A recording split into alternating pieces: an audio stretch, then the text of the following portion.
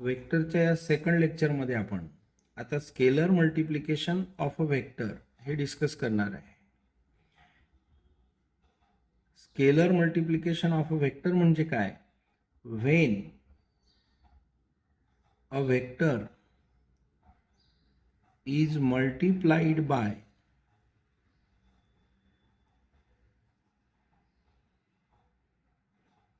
a non-zero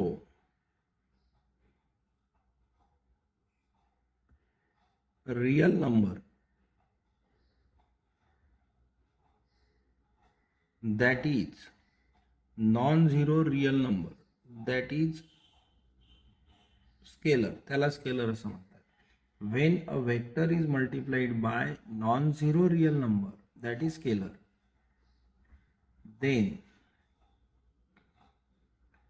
it will be scalar multiplication. ते जे आहे ते scalar multiplication of a vector by scalar. समजा आता इथे हा एक वेक्टर आहे ए बार, तर एम ए बार हा स्केलर मल्टिपल झाला. इथे हे जे आहे एन ए बार, किंवा इथे सुद्धा आपण एम घेऊ, एम ए बार हा सुद्धा स्केलर मल्टिपल राहील. आता इथे आपण असं सुद्धा घेऊ शकतो, हे जे आहे हे सुद्धा एम ए बार म्हणजे हा स्केलर मल्टिपल राहील.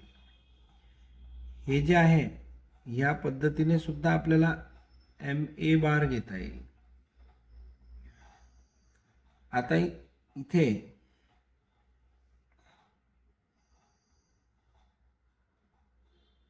हे सुद्धा एम ए बार राहील.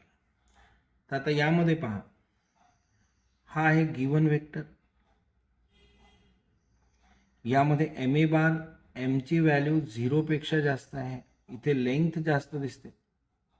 या वेक्टरच्या कंपॅरिझनमध्ये इथे लेंथ जास्त आहे, परंतु डायरेक्शन सेम आहे म्हणून हा एम पॉझिटिव्ह राहील. इथे एम ए बार या ए बार पेक्षा याची मॅग्निट्यूड कमी आहे. या केसमध्ये एम हा 0 पेक्षा जास्त राहील, कारण पॉझिटिव्ह राहील. डायरेक्शन सेम आहे म्हणून पॉझिटिव्ह राहील, परंतु 1 पेक्षा कमी राहील. आता इथे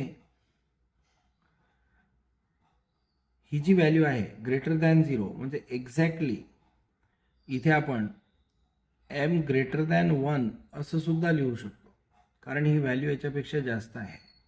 आता इथे हा जो वेक्टर आहे यामध्ये एम, इथे ए बारची मॅग्निट्यूड आणि या एम ए बारची मॅग्निट्यूड जर आपण कम्पेअर केली तर यापेक्षा हा वेक्टर लेंथी आहे, म्हणजे जास्त लेंथ आहे. म्हणजे इथे लेंथ जास्त आहे म्हणजे मॅग्निट्यूड वाढलेली आहे. त्यानंतर आता हा जो वेक्टर आहे याची डायरेक्शन या वेक्टरच्या अपोजिट आहे, म्हणून इथे एम हे निगेटिव्ह आहे आणि एमची जी व्हॅल्यू आहे ती लेस दॅन -1 आहे. -1 पेक्षा कमी म्हणजे -2 -3 ह्या पद्धतीने, तर इथे वाढत जाईल. त्यानंतर आता इथे हा जो वेक्टर आहे हा वेक्टर एम ए बार आणि हा गिवन वेक्टर याच्या कंपॅरिझनमध्ये हा वेक्टर अपोजिट आहे, म्हणून इथे सुद्धा एम हे निगेटिव्ह आहे. आणि आता इथे एमची जी व्हॅल्यू आहे ती -1 पेक्षा जास्त आहे आणि 0 पेक्षा कमी आहे, ह्या पद्धतीने राहील. इथे हा जो वेक्टर आहे या वेक्टरची मॅग्निट्यूड या वेक्टर एवढीच आहे, फक्त डायरेक्शन वेगळी आहे. इथे एम निगेटिव्ह राहील आणि स्पेशली हा वेक्टर आणि हा वेक्टर इक्वल वेक्टर आहे असं असल्यामुळे इथे -1 राहील. हे आहे स्केलर मल्टिप्लिकेशन. आता यामध्ये या स्केलर मल्टिप्लिकेशनच्या काही प्रॉपर्टीज आहेत. तर त्या प्रॉपर्टीज पहा. त्यामध्ये M A bar plus N A bar असं जर असेल तर आपण M plus N A bar असं करू शकतो. त्यानंतर आता इथे एम इथे एन ए बार असेल तर आपण एम एन ए बार असं सुद्धा आपल्याला लिहिता येईल. म्हणजे दोन हा ए बारचा स्केलर मल्टिपल आहे, हा सुद्धा ए बारचा स्केलर मल्टिपल आहे, त्यांचा ॲडिशन आहे. तर आपल्याला स्केलरचं ॲडिशन आणि ए बार असं करता येईल. इथे एन ए बारचा आपण स्केलर मल्टिपल एम घेतला तर एम एन ए बार असं सुद्धा आपल्याला लिहिता येईल ह्या पद्धतीने. आणि यामध्ये हा जो एम किंवा एन आहे हा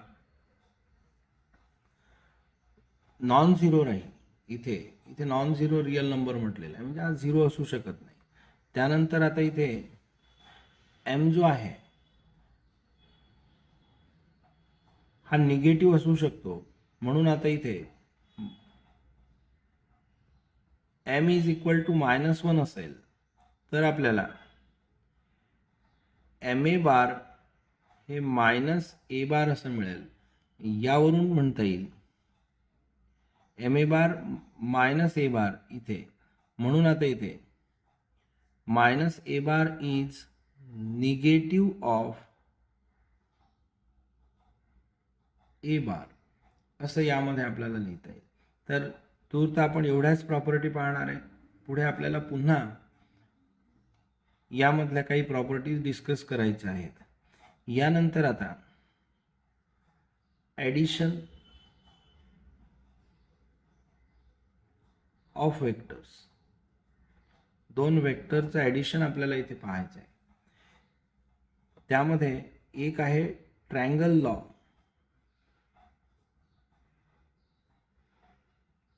ऑफ वेक्टर ॲडिशन. आता इथे एक वेक्टर ए बार, दुसरा वेक्टर इथे बी बार. आपल्याला हे दोन वेक्टर ॲड करायचे आहेत. यांचं जे ॲडिशन राहील, addition of this two vector या पद्धतीने राहील. हा ए वेक्टर इथे घ्यायचा, हा जो बी वेक्टर आहे याचा इनिशियल पॉईंट पहिल्या वेक्टरच्या टर्मिनल पॉईंटला लिहायचा, हा बी बार. आता इथे पहिल्या वेक्टरचा इनिशियल पॉईंट आणि दुसऱ्या वेक्टरचा टर्मिनल पॉईंट आपण असा जॉईन करायचा. हा जो वेक्टर आपल्याला मिळेल हा मिळेल ए बार प्लस बी बार. हा आहे triangle law of vector addition. आता यानंतर सेकंड पहा, ते आहे पॅरललोग्राम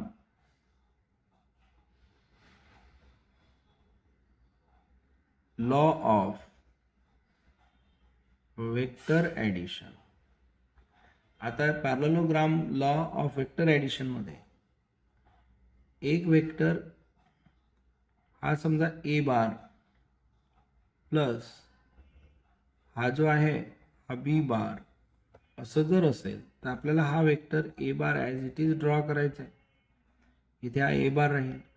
हा जो दुसरा वेक्टर आहे इथे ट्रायंगल लॉमध्ये आपण याचा इनिशियल पॉईंट टर्मिनल पॉईंटवर ठेवला होता. इथे हा इनिशियल पॉईंट या वेक्टरच्या इनिशियल पॉईंटला ठेवायचा आहे. इथे या पद्धतीने आपल्याला काढायचं आहे बी बार. आणि आता हा पॅरललोग्राम आपल्याला कंप्लीट करायचा आहे.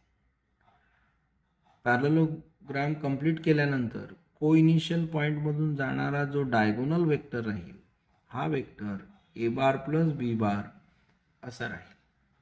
आता यामध्ये हा जो रिझल्टंट वेक्टर आहे हा ए बार प्लस बी बार आहे. याची मॅग्निट्यूड आणि डायरेक्शन ही सुद्धा आपण याआधी डिस्कस केलेलं आहे. तर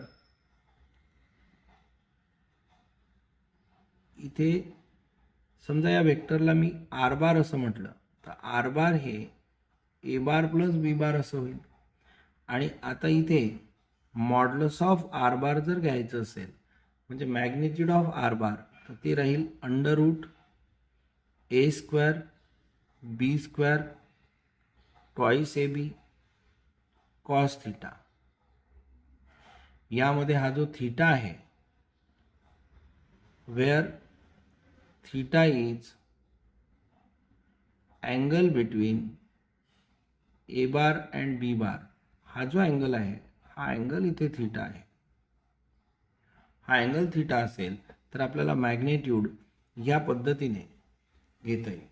ही आहे magnitude of the resultant vector आणि ती मिळते आपल्याला by parallelogram law of vector addition.